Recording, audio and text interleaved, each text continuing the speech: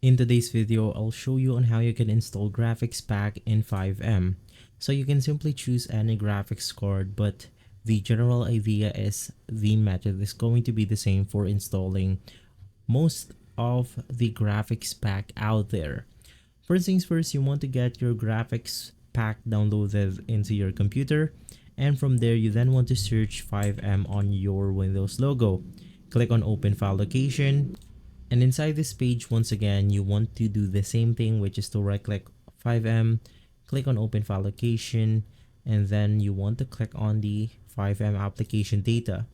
Inside this folder, you have the citizen folder. This is basically where you want to go ahead and replace your graphics pack. You want to get the citizen folder from your downloaded graphics pack, delete this citizen folder right here, and paste the graphics pack citizen folder.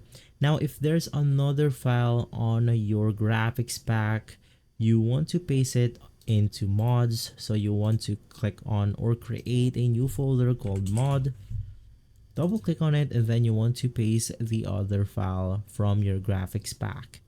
If this video has been helpful, leave a like, subscribe, and follow guides to everything for more videos like this.